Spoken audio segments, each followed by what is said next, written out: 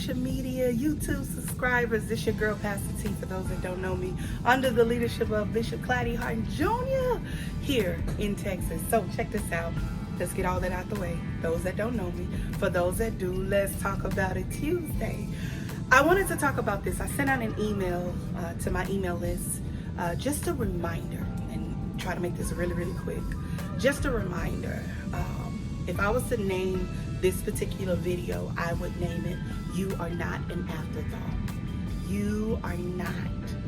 You, everybody watching, you're not an afterthought. Why do I say that? Because I'm reminded in Genesis where God said, God created the heavens and the earth. And when he created it, it was good. So if it was good, that means when he created you, you were good.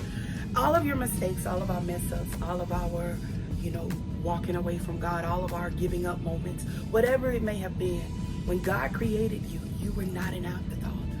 You were not an afterthought, regardless of what they say. You were not an afterthought. One thing about a thought, whenever we think of something, we have an idea, and if we walk on it and have enough faith to get in position to say, God, this is what I want to do. If it was going to church and you had a thought and said, I want to get my life right, or I'm going to eat right, or I'm going to get married. It was a thought. So by it being a thought and it came to manifest and it happened, just like those things happen in your life, if it was buying a car, if it was, deciding to be single, whatever the thought was, just like you had that thought, God had a thought when he thought of you this morning. When you woke up out of the bed, when you got up, God thought about you to give you another chance. So because he's a God of many chances, and because he's a God that gives us chance after chance after chance, why not take this moment to think of something that you want to do on this day, that you want to make this day different than any other day that you've ever had before. One thing about God creating us in his image, I'm a principal girl, here I go. Number one, when he created you to produce. Anything that lies in the bed and don't move and don't, you've seen people that has been in hospice and they don't move and they don't go nowhere. Slowly they start dying. Met a man in the store, sidebar. Met a man my husband was working with at a hospital while he was working at the hospital. And this man, he was 80, 90 years old, and he would walk around. He would see, my husband would see him all the time walking around the whole hospital. So one day he asked him this question, man, why do you walk every day? He said, if I stop walking and if I stop moving, I'm going to die. Come here.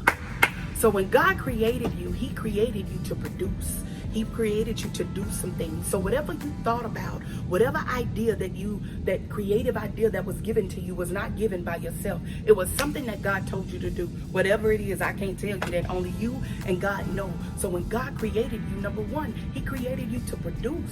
Do something, bust a move, make something happen today. I know COVID-19 is happening right now, but you don't have to necessarily say God has given us the ability, like I'm talking to you on social media. Why can I tell you that God can produce? Because for an old girl like me that's messed up, that made mistakes, that slept around, that did different things, that lied, that cheated, that was a gossiper, that was all these things. And because I had a thought, let me do this video for somebody to remind them that they were created in God's image. Come here. Why? Because it was a thought, and it wasn't my thought. It was a creative thought from God, a God idea. So he, number one, created you to produce. So get up, produce, bust a move. I wanted to do this for a Monday. No, forget Monday. No. I love Mondays. Don't get me wrong, because I'm busy on Mondays. But hey, why not remind you Tuesday? Let's talk. Hey, God created you to produce. So the second thing he created you to do was created you for purpose. Every individual that's watching me, I don't care what you've done. I don't care what happened. I don't care what happened in your past. You were created for purpose. So if I can remind you, why were you created for purpose? Because there's an experience that you've been through. There's something that you've been through. And you want to help so many other people come out of it. When you see them going through it and you want to tell them, man, I could tell you how to come out of that. If it was molestation, I could tell you how I had to go get counseling. If it was, I lost my car and I had a repo and I was homeless, whatever it is, to that person that's homeless, to that person that don't know how to come out of that situation of molestation. God gave you a purpose. All that pain wasn't for nothing.